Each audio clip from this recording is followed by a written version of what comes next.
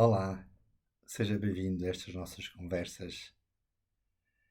No passado de 13 de outubro, a Eucaristia em Fátima, da grande peregrinação de 13 de outubro, foi presidida pelo recém-eleito cardeal Américo, Dom Américo Aguiar.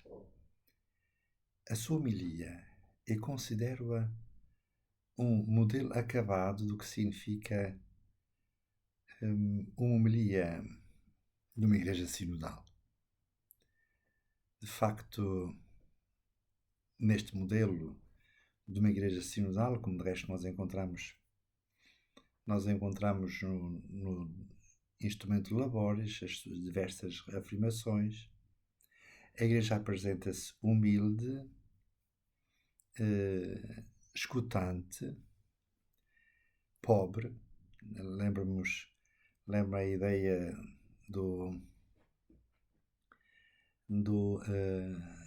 teólogo dominicano Yves Congar, numa obra célebre que eu li com entusiasmo na minha juventude, mas que agora me distancia um pouco criticamente, em que ele falava de uma igreja serva e pobre.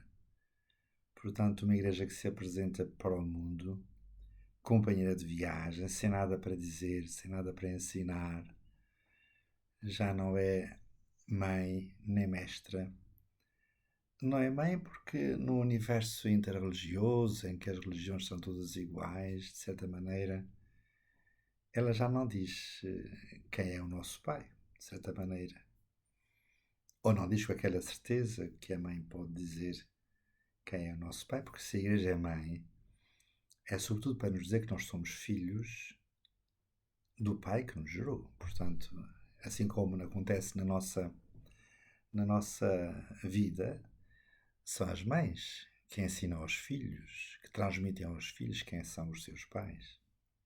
São as mães que ensinam os filhos a respeitar os seus pais, porque os pais, mais do que serem amados, em primeiro lugar devem ser respeitados, não é? Obedecidos, não é?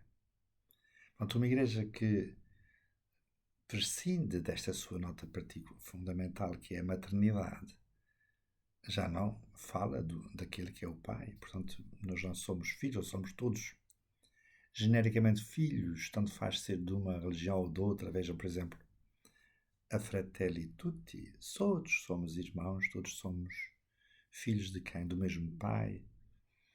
Confunde-se aqui, nesse texto, na Fratelli Tutti, aquilo que é uma relação analógica de paternidade que decorre da criação. Todos somos criaturas de Deus, é verdade. Mas a filiação divina, essa única e exclusiva de Nosso Senhor Jesus Cristo, o Filho de Deus por excelência, que não só nos revelou a paternidade divina, mas que nos prometeu o seu Espírito e nos deu e nos enviou.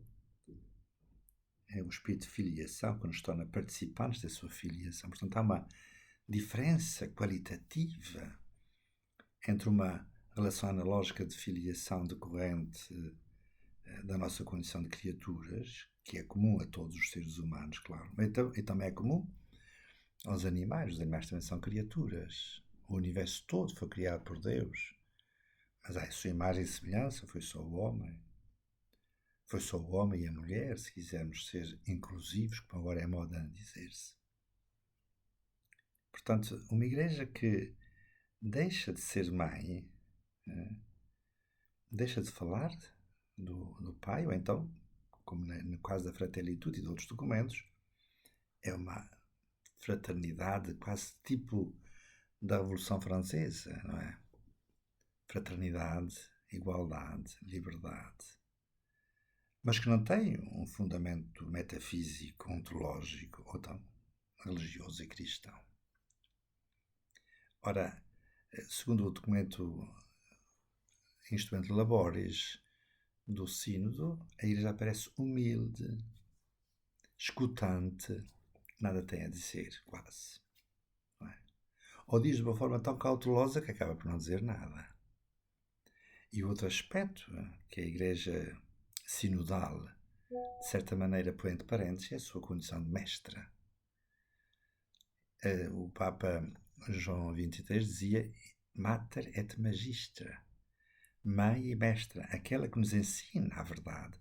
Portanto, tem um conteúdo querigmático, evangélico, missionário no sentido profundo do termo, isto é, a missão que a Igreja tem é de anunciar o mistério de Deus, dar testemunho dele, a era dos mártires, dos confessores, dos santos em geral. Ora, a imagem que nós temos e que é proposta pelo Sinos atualmente a decorrer em Roma, os próprios pastores da Igreja nunca se negam. O Instrumento Laboris afirma várias vezes, e está neste momento até a tratar esse tema da autoridade, não põe em causa o ministério ordenado, mas na prática fica dissolvido numa busca de consensos. A palavra consenso, aqui no Instrumento Laboris e depois nos trabalhos do Sínodo, é uma palavra-chave, não é? Consenso, não é? Mas o consenso não significa necessariamente que o resultado de um consenso seja a verdade. Ora, a Igreja Mestra é aquela que ensina a verdade, não a verdade dos filósofos. Pascal tinha razão. Em parte. Quando dizia não o Deus dos filósofos, mas o Deus dos patriarcas, de Abraão, de Isaac e de Jacó, a história da salvação. Eu digo em parte porque, de facto, não se pode recusar a verdade que pela filosofia se pode alcançar. A verdade do ser, não é? É o ser, na sua consistência metafísica, que suporta tudo o que é uma participação no ser. E isso é a verdade. A verdade é o que é, não é? Mas a verdade que a Igreja tem para anunciar como mestra é a verdade que é Deus. Suma verdade. O sumo ser. A verdade que é o nosso Senhor Jesus Cristo, esse é o caminho, a verdade e a vida. E, portanto, a Igreja é mestra e tem uma mensagem a anunciar. Ora, a homilia do Cardeal Américo em Fátima é um modelo acabado do que será ou seria uma homilia de uma igreja sinodal. Humilde, pobre, que nada tem a dizer. Ou então que diz uma coisa que me fez impressão, porque o cardeal usa uma metáfora tão curiosa, não é? Ele diz, se Jesus viesse agora, viesse agora, é uma expressão que dita numa homilia, tem muito que se lhe diga, não é? Se viesse agora. Quer dizer, ele não está. Ele ausentou-se definitivamente, não é?